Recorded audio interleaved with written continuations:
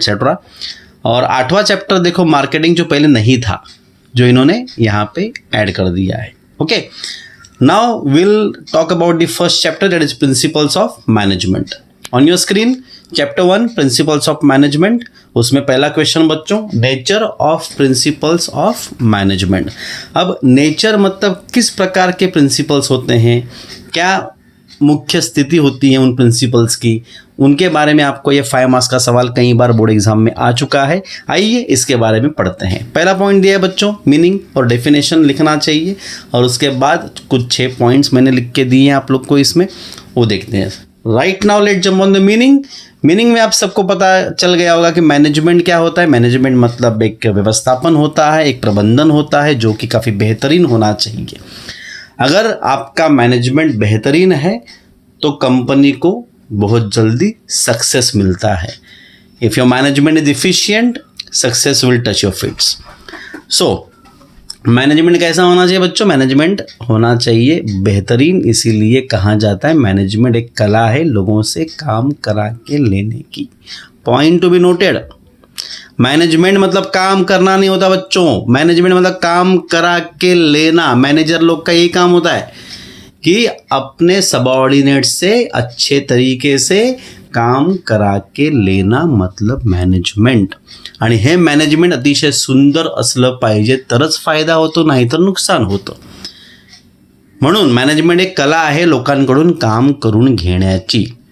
Second statement बच्चों, there are certain basic guidelines of management. Yes, देखो management 2 प्रकार का होता है, अच्छा और खराब। खराब मैनेजमेंट में आपने किसी गाइडलाइन को अपनाया नहीं है। अच्छा मैनेजमेंट करना है, यस, गाइडलाइंस को अपनाना पड़ेगा, कुछ नीति रखनी पड़ेगी आपको, और ये नीति जब आप फॉलो करते हो तब कंपनी लंबी रेस का घोड़ा बनती है। और इसीलिए इन गाइडलाइंस को, इन नीतियों को हमने नाम दे दिया है प्रिंसिपल्स ऑफ मैनेजमेंट। मैनेजमेंट करते समय कुछ रूल्स को आपको अपना के चलना चाहिए, तभी आपका मैनेजमेंट बेहतरीन कहलाया जाएगा। तो 3 वाक्य पढ़ा आपने बच्चों। पहला वाक्य था मैनेजमेंट क्या है। मैनेजमेंट क्या है, जोर से बोलो वहाँ पे घर पे, मैनेजमेंट क्या है। Management is an art of getting things done through people. जोर से बोलो ताकि लगना चाहिए पेरेंट्स को आप पढ़ रहे हो, समझे, है ना। अच्छा स्मार्टफोन चाहिए कि नहीं चाहिए, चाहिए ना, पढ़ो जोर से। मैनेजमेंट क्या है, मैनेजमेंट एक कला है। मैनेजमेंट इज एन आर्ट, कौन सा art, of getting things done through people. दूसरा क्या है बच्चों, वहाँ पे कुछ गाइडलाइंस होनी चाहिए। इंग्लिश में क्या लिखोगे, there are certain basic guidelines of management. इन गाइडलाइंस को हमने नाम क्या दे दिया है, such guidelines are known as principles of management. 3 वाक्य समझ में आ गए। मैनेजमेंट क्या है, art of getting things done through people. वहाँ पे क्या होने चाहिए, तो वहाँ पे होने चाहिए सर्टन गाइडलाइंस। इन गाइडलाइंस को हमने नाम क्या दे दिया, प्रिंसिपल्स ऑफ मैनेजमेंट। अब ये प्रिंसिपल्स ऑफ मैनेजमेंट अगर आप अपनाते हो तो यही सच्चाई है, ये ट्रुथ है, ये बेस है। And that is why the first statement, second paragraph बच्चों, principles of management are the fundamental truth of management. मतलब ये मैनेजमेंट की सच्चाई को बयां करता है। दे आर यूनिवर्सली एक्सेप्टेड, पूरे वर्ल्ड की कंपनीज ने आज उसको अपनाया है, चाहे छोटी रहे चाहे बड़ी कंपनी रहे, हर एक ने उसको अपनाया है। इसलिए अपनाया है क्योंकि दे develop cause and effect relationship, they explain the reasoning, they explain the effects of the same. ये करोगे तो ये होगा। देखो आपके बारे में भी, आप अच्छी पढ़ाई करोगे, बार बार लगातार करोगे, डिसिप्लिन में रहोगे तो आपको अच्छा परसेंटेज आएगा। ये सब नहीं करोगे तो आप फेल हो सकते हो। तो ये सब नीतियों को समझाने के लिए जो गाइडलाइंस को क्या किया गया, मैनेजमेंट में लाया गया, उसको हमने नाम दे दिया बच्चों principles of management. Now this comes to an end to the meaning. अब मीनिंग में आप देख लो अच्छे से ध्यान से, 6 सेंटेंसेस है बच्चों। पहला वापस वही बोलो जोर से, management is an art of getting things done through people. वहाँ पे क्या होना चाहिए, तो उसमें गाइडलाइन होनी चाहिए। There are certain basic guidelines of management. इन गाइडलाइंस को हमने नाम क्या दे दिया? Such guidelines are known as principles of management. क्या होते हैं प्रिंसिपल्स ऑफ मैनेजमेंट बच्चों? तो चौथा वाक्य, principles of management are the fundamental truth of management. सबने अपनाया, चाहे आपकी छोटी कंपनी रहे या गूगल जैसी, टाटा जैसी बड़ी कंपनी रहे, they are universally accepted. Why they are universally accepted? Because they develop cause and effect relationship.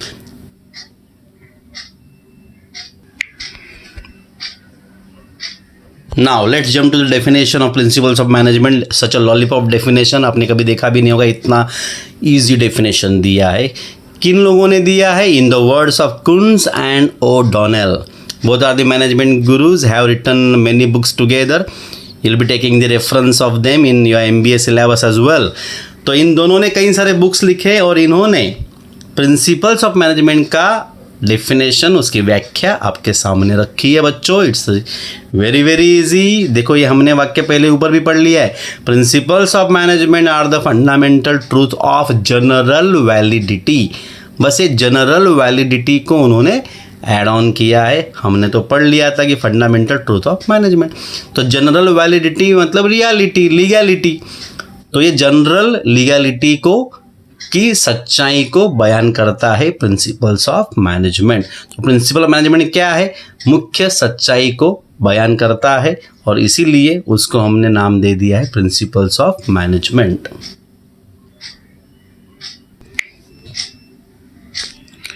Let's proceed further बच्चों, आगे बढ़ते हैं।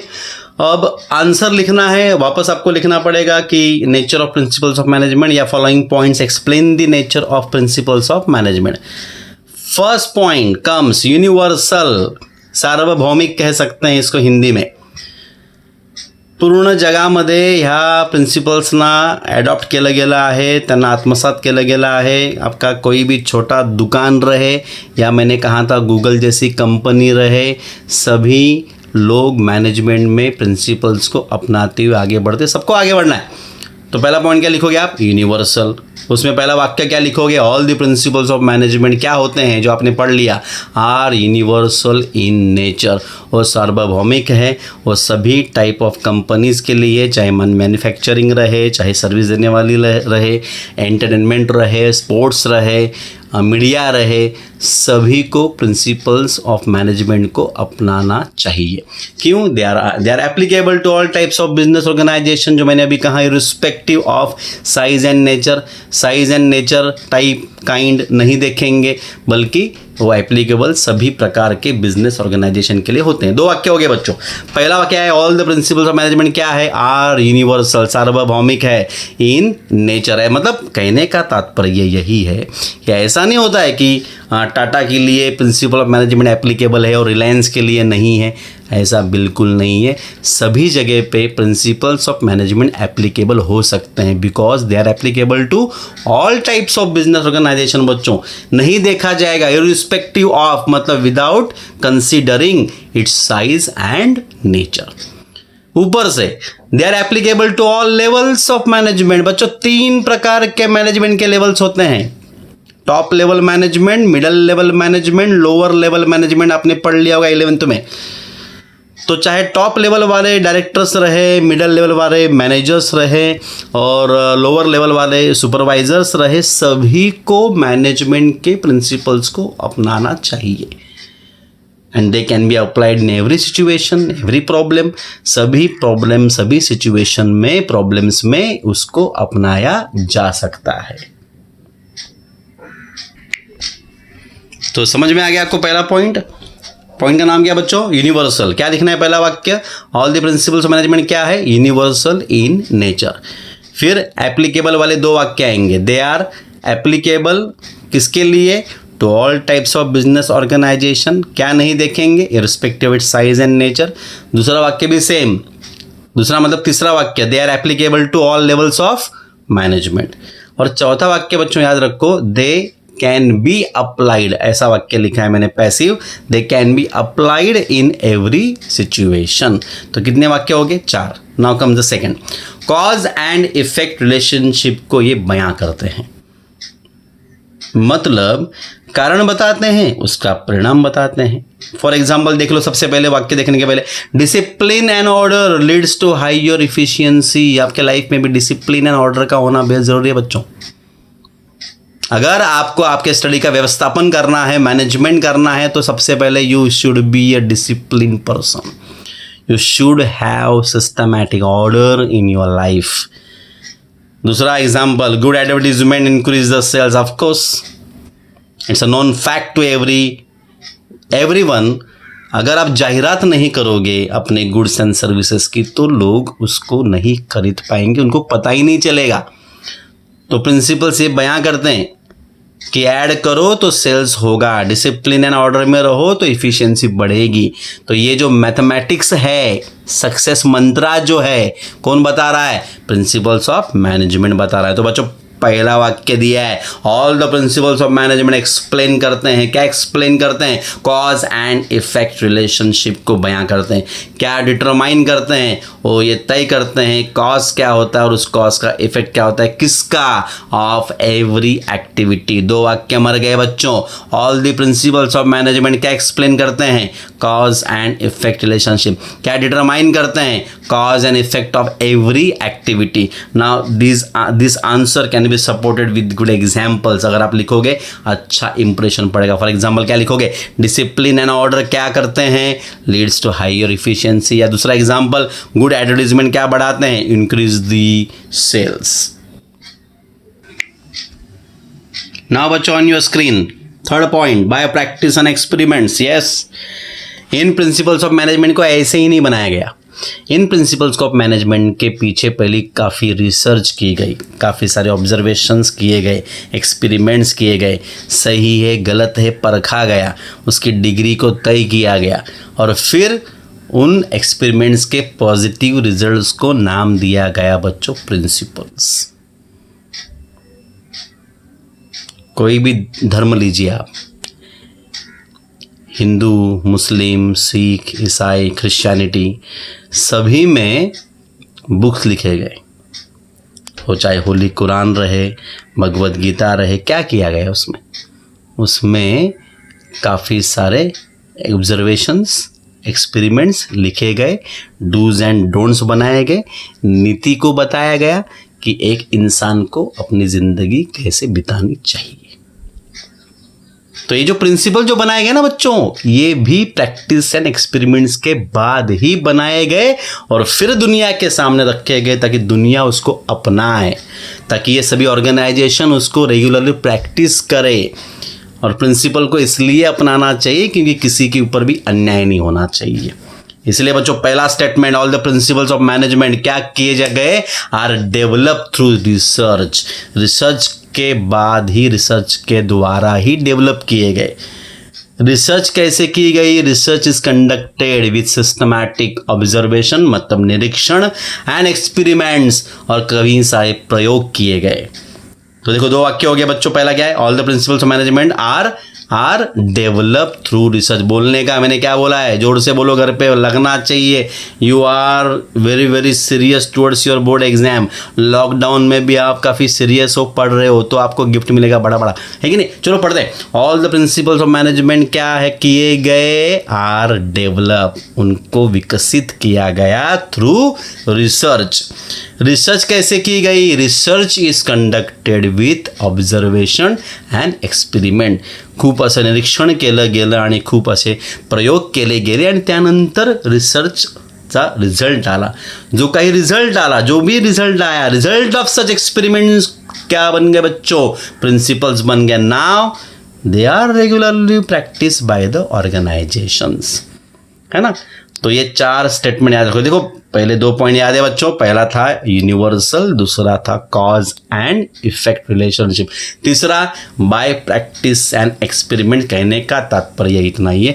ऐसे ही किसी ने उठा के प्रिंसिपल दिए नहीं है, इनके पीछे पूरी रिसर्च की गई with systematic observation and experiment, तब उसको बनाया गया. Understood. Now the fourth point is बच्चों जनरल गाइडलाइंस. प्रिंसिपल्स, नीति. नीति क्या बताती है?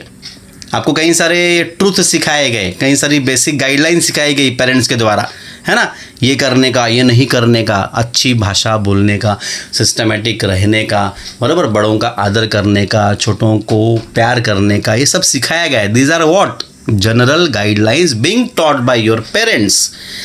तो सेम है, मैनेजमेंट प्रिंसिपल्स भी क्या प्रोवाइड करते हैं बच्चों? मैनेजमेंट प्रिंसिपल प्रोवाइड करते हैं जनरल गाइडलाइंस. क्या करने के लिए? To solve all problems in organisation. Organisation चलाते हो तो कई सारी समस्याएं आएंगी. उन समस्याओं का निवारण प्रॉपरली होना चाहिए, प्रिंसिपली होना चाहिए, एथिकली होना चाहिए. इसलिए मैनेजमेंट प्रिंसिपल्स आपको देते हैं जनरल गाइडलाइन कि भाई ये करो, ये मत करो. तो उसको कैसे इस्तेमाल कर सकते हो? उसको इस्तेमाल कर सकते, can be use as per situation, time, size and nature of organisation. मतलब उसको आप अपने समय के अनुसार, आपके ऑर्गेनाइजेशन के साइज के अनुसार, उसके नेचर के अनुसार आप इस्तेमाल कर सकते हो. मैनेजमेंट प्रिंसिपल कैसे नहीं है, कॉम्प्लेक्स नहीं है, डिफ़िकल्ट नहीं है, एकदम इजी है, ल्यूसिड है, समझने के लिए एकदम सिंपल है, साधारण है. They are generally applicable to all. और इसी के लिए साधारण है, सिंपल है, इजी है, इसीलिए सभी ऑर्गेनाइजेशन के लिए एप्लीकेबल है. सभी ऑर्गेनाइजेशन के लिए वो क्या प्रोवाइड करते हैं? General guideline. कितने वाक्य हो गए इसमें? इसमें भी 4 वाक्य बच्चों. पहला वाक्य क्या है? मैनेजमेंट प्रिंसिपल क्या देते हैं? गाइडलाइन देते हैं, जनरल गाइडलाइन देते हैं. किसके लिए देते हैं? To solve all problems in the organisation. किसके हिसाब से आप उसको इस्तेमाल कर सकते हो? They can be use as per situation, time, size and nature of organisation. वो कैसे नहीं है? वो रिजिड नहीं है. तो क्या लिखोगे? Management principles are not rigid. Rigid मतलब बच्चों डिफिकल्ट. नया शब्द आएगा, याद करने का, स्पेलिंग भी याद करने का तुरंत. और इसी के वजह से जनरल गाइडलाइंस प्रोवाइड करने की वजह से they are generally applicable to all types of organisation. Okay, now 4 points बच्चों खत्म हो गए. 5वां पॉइंट आपके स्क्रीन पे आ गया, दैट इज इक्वल इम्पोर्टेंस. अब हर एक प्रिंसिपल जो आप पढ़ने जा रहे हो, हेनरी फयोल साहब के आप 14 प्रिंसिपल्स पढ़ोगे, टेलर साहब के साइंटिफिक प्रिंसिपल्स पढ़ोगे, वो 6 हैं टोटल. आप 20 प्रिंसिपल्स पढ़ने जाओगे. ऑल आर इक्वली इम्पॉर्टेंट, ये कहना है. फैमिली में ही देख लो, मॉम, डैड, भाई, बहन, सब इम्पॉर्टेंट है. सबके बिना नहीं चल सकता, सब लोग चाहिए. And that is why all the principles of management are equally important. Each principle क्या करता है? एजुकेट करता है. किस बारे में? About do's and don'ts in the business. जो मैंने पहले भी कहा है, नीति को बताता है ना, क्या करना चाहिए, क्या नहीं करना चाहिए, रूल्स एंड रेगुलेशन को बयां करता है. 2 वाक्य हो गए. तीसरा, if some principles are followed and others are ignored, जो जनरली होता है, it badly affects the working of the organisation. बच्चों, अगर आपने कुछ प्रिंसिपल को क्या किया है? अपनाया. कुछ प्रिंसिपल्स को आपने नहीं अपनाया, कन्वीनियंस के हिसाब से, है ना. हम भी कुछ कभी कभी ऐसा करते हैं. कभी कभी हम बहुत मेहनत करते हैं, कभी हम मेहनत नहीं करते, कभी हम बहुत अच्छी भाषा का प्रयोग करते हैं, कभी गाली गलौज करते हैं, कभी हम सबको मदद करते हैं, कभी हम किसी को फंसाते हैं. नहीं करना चाहिए. हमेशा आपको एथिकली बिहेव करना चाहिए. इसीलिए अगर आपने कुछ प्रिंसिपल्स को ही फॉलो किया, कुछ को फॉलो नहीं किया, obviously it will badly affect the working और रनिंग ऑफ द ऑर्गेनाइजेशन. बहुत बुरा असर पड़ेगा कंपनी के कामकाज के ऊपर. और इसीलिए लक्षात ठेवा, प्रत्येक प्रिन्सिपल तेवढ्याच महत्त्वाचा आहे जेवढा दुसरा प्रिन्सिपल आहे. आणि त्यामुळेच प्रत्येक प्रिन्सिपलला तुम्ही तेवढंच इम्पॉर्टन्स दिलं पाहिजे. हर एक प्रिंसिपल आपको डूज एंड डोंट बताता है बच्चों. तो 2 वाक्य हो गए. पहला वाक्य, all the principles of management are equally important. Each principle क्या करता है? एजुकेट करता है about do's and don'ts in the business. कुछ प्रिंसिपल्स को फॉलो किया जाता है, कुछ को अगर नहीं किया जाता तो it badly affects the working of the organisation. तो याद रखो, each and every principle is equally important. Now the last point is flexible. Yes, principles of management flexible है. उनको आप चेंज कर सकते हो, मॉडिफाई कर सकते हो, बदल सकते हो. इसलिए पॉइंट आ गया बच्चों फ्लेक्सिबल. देखो, हम भी फ्लेक्सिबल है ना लाइफ में. हम जैसे सिचुएशन बदलते जाती है वैसे हम अपने आप को बदलते जाते हैं. अभी लॉकडाउन ही देख लो, हम तो घर में बैठने वाले लोग नहीं थे ना, हमें बाहर ही अच्छा लगता था. मगर अभी क्या हो गया है? अब दौर ऐसा आया है कि घर पे बैठना पड़ेगा, सरकार के नियमों का पालन करना पड़ेगा. Because now life has the utmost importance. That is why जैसे हम फ्लेक्सिबल हैं वैसे प्रिंसिपल्स ऑफ मैनेजमेंट भी फ्लेक्सिबल इन नेचर है। पहला वाक्य मर गया बच्चों, all the principles of management are flexible in nature. फिर फ्लेक्सिबल को हमें एक्सप्लेन करना पड़ेगा, तो क्या लिखोगे? तो हम ये लिखना चाहते हैं कि उसको हम चेंज कर सकते हैं, जैसा समय बदलता है, सिचुएशन बदलती है वैसे। तो दूसरा वाक्य बन गया बच्चों, they can be easily modified. Modified मतलब चेंज करना, बदलना, as per changing situation. They can be easily adjusted in any business environment. वो किसी भी बिजनेस एनवायरनमेंट में हम उसको एडजस्ट कर सकते हैं, चाहे रिसेशन रहे, है ना, चाहे इन्फ्लेशन रहे, चाहे काफ़ी बूम पीरियड रहे, सभी में हम उसको अपना सकते हैं। बिकॉज हमने पहले भी पढ़ लिया था, दे आर नॉट रिजिड।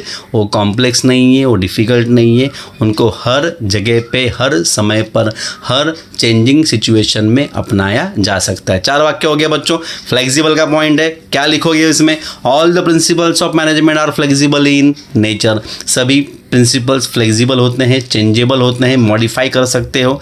इसलिए दूसरा वाक्य याद रखने का क्या लिखना है उसमें? मॉडिफाइड क्रियापद याद रखो, दे कैन बी मॉडिफाइड। किसके हिसाब से? As per the changing situation. उनको हम क्या कर सकते हैं? तो उनको हम इजीली एडजस्ट कर सकते हैं। किस में? इन एनी बिजनेस एनवायरनमेंट। किसी भी प्रकार का बिजनेस का वातावरण रहे उसमें इनको हम एडजस्ट कर सकते हैं। क्यों एडजस्ट कर सकते हैं? बिकॉज वो एडजस्टेबल हैं, उनको डिफ़िकल्ट नहीं माना जाता, दे आर नॉट रिजिड। तो बच्चों याद रखो, ये मीनिंग, डेफिनेशन और 6 पॉइंट जो हमने पढ़े वो था nature of principles of management. मेरा एडवाइस ये रहेगा आपको, ये आपको व्हाट्सएप पे नोट्स भेज दिया जाएगा। ये नोट्स आप नोटबुक बना लो और लिखना स्टार्ट करो। आज आप लिखो इसको याद करो, वापस लिख के देखो। लिखने में और याद करते समय आपको कुछ दिक्कतें आएंगी, उन डाउट्स का हम सॉल्यूशन आपको इवनिंग में देंगे, या जो भी समय बोला जाएगा उस समय पर मैं वापस आऊँगा व्हाट्सएप पे और आपको पूरा डाउट आपका उसमें हम क्या करेंगे? सॉल्व करेंगे। Thank you very much. Please take care of yourself.